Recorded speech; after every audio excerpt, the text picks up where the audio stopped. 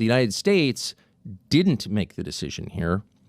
Benjamin Netanyahu did. I do want to address Tucker for just a second, because I would say he is now the leader on the right against Donald Trump. And I do think, this is a bit of a sidebar, but I do think there is an issue because Tucker's son works in J.D. Vance's office, and he is now at complete odds with the president and vice president. And the vice president's son is and Tucker's son is quite literally in the vice president's office. But we'll just put that there for now. Tucker, at this point, and I think you guys know my feelings on this. You've been watching the show for the last year. I don't take any pleasure in this. I don't like a lot of the influencer class or whatever the high hell we are, everybody likes getting into all these fights, and it's always good to get into a fight, right? It's why it's good for rappers to be fighting with rappers. Why do they do rap wars? Because everybody gets more attention, everybody gets more clicks, and thus everyone gets more money. I have literally no interest in it.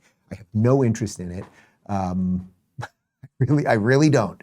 And I'll just leave that there. However, Tucker has become the number one, outside of Candace, but she's so freaking loony at this point, it's not even worth addressing. But Tucker has become the number one liar in chief in the country.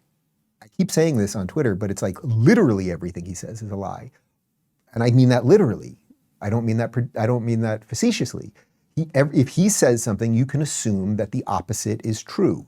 So after we've just laid out Trump very clearly laying out why we are doing this, and after yesterday talking about Trump's 40-year history of saying that Iran is the bad guy and that they killed our Marines and all of the stuff and took our hostages, and by the way, also paid for Hamas to do October 7th, which killed 47 Americans, and they're threatening their neighbors, and they want a nuke, and they have an apocalyptic regime, and everything else that Marco said, here's just a moment of Tucker yesterday. It's hard to say this, but the United States didn't make the decision here. Benjamin Netanyahu did. This happened because Israel wanted it to happen. This is Israel's war.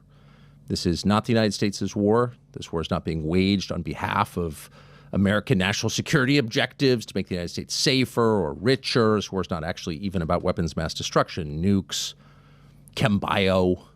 No, this war is waged purely because Israel wanted it to be waged. What was the point? What is the point of this from Israel's perspective? Well, the point is regional hegemony. Super simple.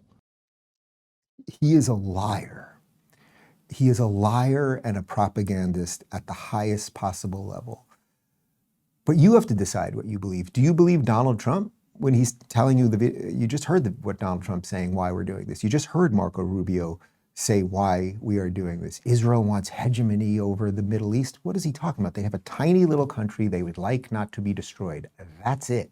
I think if the mullahs for the past 40 years had not constantly said we'd like to take out the little Satan and then the big Satan, they would be pretty quiet right now. But they have decided to export terror, right? And they've done this all over the world.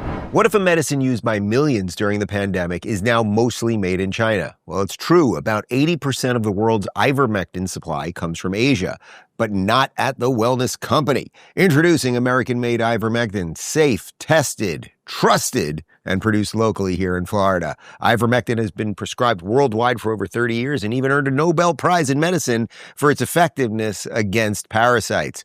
Most pharmacies charge $5 per tablet for 12 milligrams or less. The wellness company offers a higher 18 milligram dose for just $3.50 a tablet. That's a 6-month supply, 84 tablets, at an unbeatable price. Support American medicine and American doctors, not China's supply chain. Order your U.S.-made ivermectin today at twc.health/Rubin and use code Rubin to get $44 off plus free shipping. Now, the other one that's been a massive disappointment, Tucker, I think, has largely lost his mind. The other one that's been a massive disappointment, obviously, is Megyn Kelly. This is someone who I have had a great relationship for years, who has seemingly gone off the deep end when it comes to all this. And I think in the case of Megyn, while I think Tucker actually has nefarious motives, I think Megyn just saw clicks. So when the Candace thing was happening, she wouldn't take a side and eventually sided with Candace because she saw a lot of clicks. When the Nick Fuentes thing was happening, she wouldn't take a side and eventually sided with Fuentes because she saw clicks. She goes wherever clicks are, right? She comes from the mainstream media. She loves ratings. She'll do whatever she has to do for clicks. So here she is on why we are at war right now. Look, there are massive divisions over what we've done here.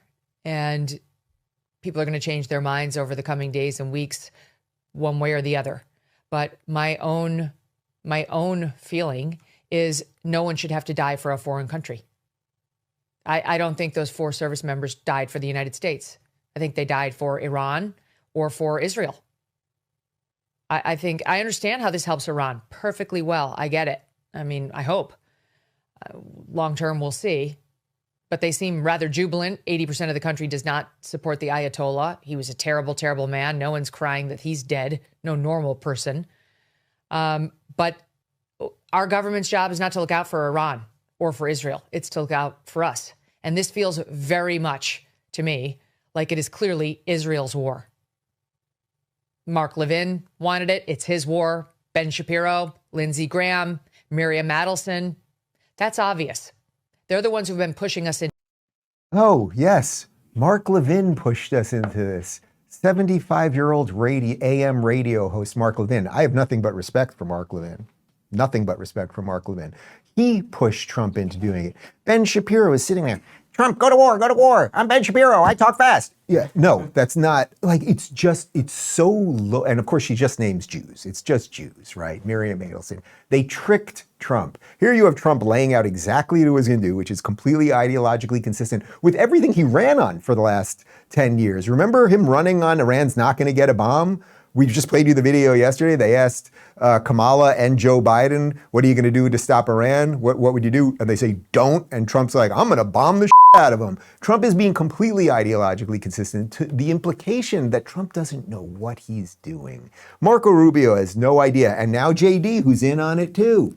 They all have, and Pete Hegseth, they all have no idea what they're doing. But Mark Levin and Ben Shapiro, my God, the Daily Wire over at Nashville, they must be running a bunker with war plans over there. It's so dim-witted, but I see what you're doing, Megyn. You think that the Groyper thing, you think that the Tucker thing, you think that that's a future. And you know what? Maybe you'll be right. Maybe you will be right. There will be some sort of neo-Nazi movement in the United States. Perhaps you will be right on that, but you will be ethically and morally and philosophically wrong. And to watch you go down this path, you know that is just not true. Mark Levin convinced Trump to do it. It's just incredible, absolutely incredible.